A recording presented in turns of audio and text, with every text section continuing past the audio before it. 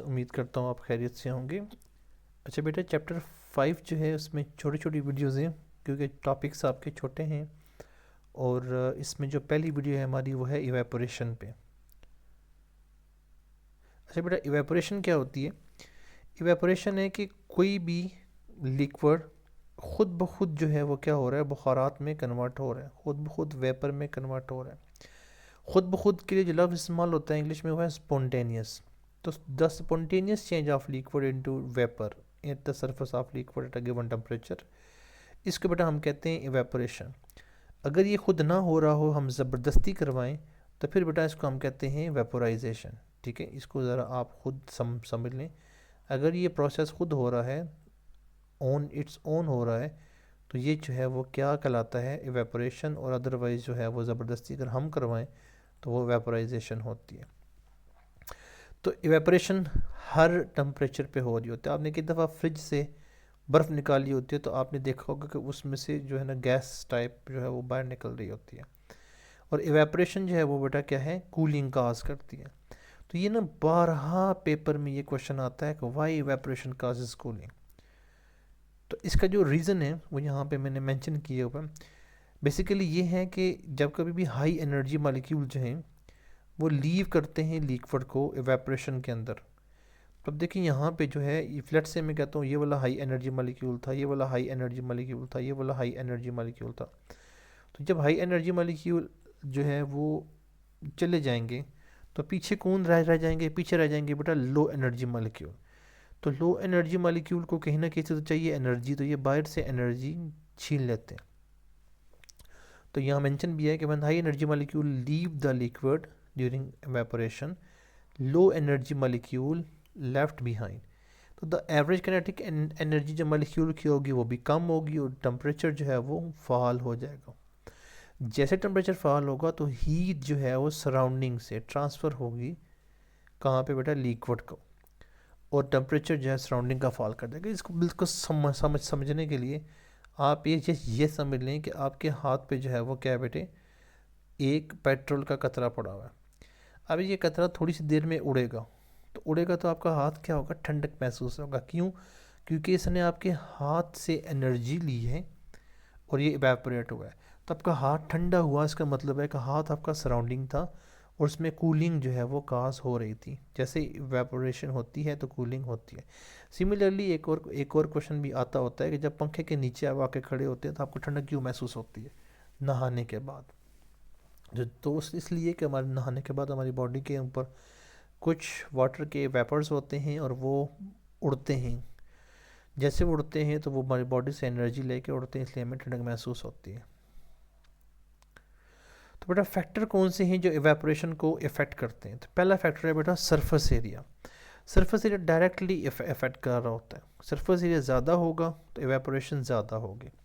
ठीक है, तो यहाँ पे अगर मैं कहूँ कि बीकर में से जो है वो अगर इवेपोरेशन करनी है तो वो सॉरी आपका टेस्ट ट्यूब में से अगर हमने करनी है तो वो क्या होगी कि वो कम मिकदार में होगी बजाय इसके किसी बाउल में हो।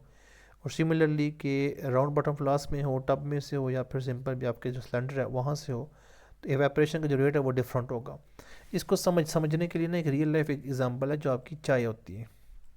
चाय का जो कप है, चाय कप में जो है ना वो जल्दी ठंडी नहीं होती, लेकिन कप की बजाय उसे आप किसी ऐसे बर्तन में डाल दें, प्लेट में डाल दें, या जो है वो एक चाय के कप के साथ जो नीचे होती है जिसको हम अपनी ज़बान में पिच कहते हैं, तो वो क्या होती है बेटा कि उसके ऊपर जब पानी डाल या चीनी डालते हैं या कुछ भी इसके अंदर ऊपर चाय वगैरह डालते हैं तो वो सरफेस एरिया को क्या क्या करती है, बढ़ा देती है। तो वो चाय ठंडी जल्दी हो जाती है क्योंकि हाई एनर्जी मॉलिक्यूल मिनटों में वहाँ से भाग जाते हैं।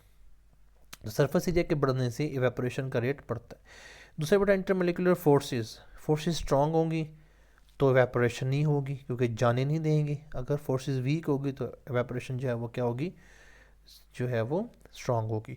तो इवेपोरेशन का इंटरमोलिकुलर फोर्सेस से जो रिलेशन है वो क्या है बेटा, अपोजिट है।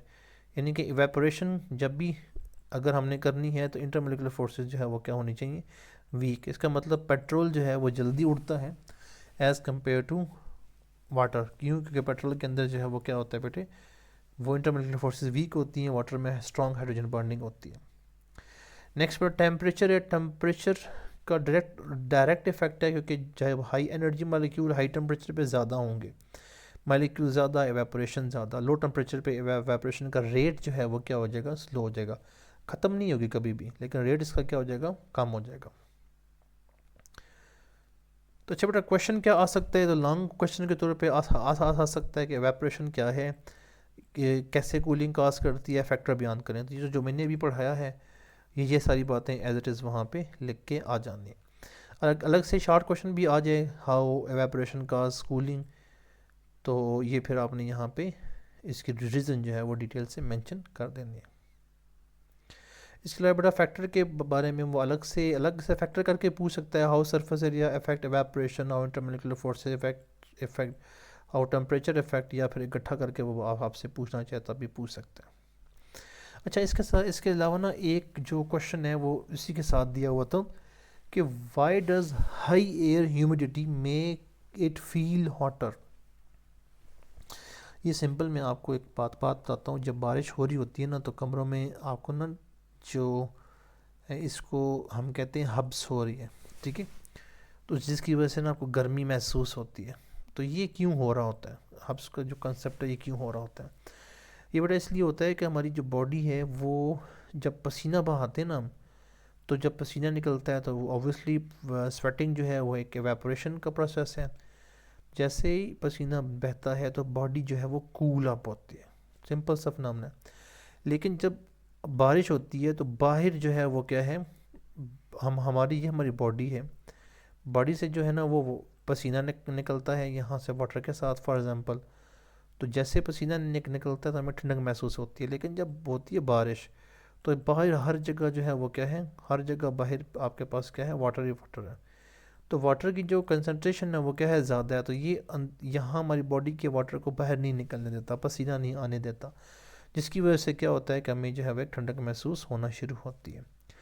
तो when there is more water in air, यानी कि हाई ह्यूमिडिटी होगी, तो एवेपोरेशन का प्रोसेस क्या होगा, लेस एफिशिएंट होगा। तो रिजल्टेंटली क्या होगा, हाई कंसंट्रेशन ऑफ वाटर जो है वो एयर में make us feel hotter because we can not cool down effectively. लेकिन जब ठंडी हवा चल रही होती है तो हमें ठंडक महसूस होती है, वह अलग फिनोमेना है।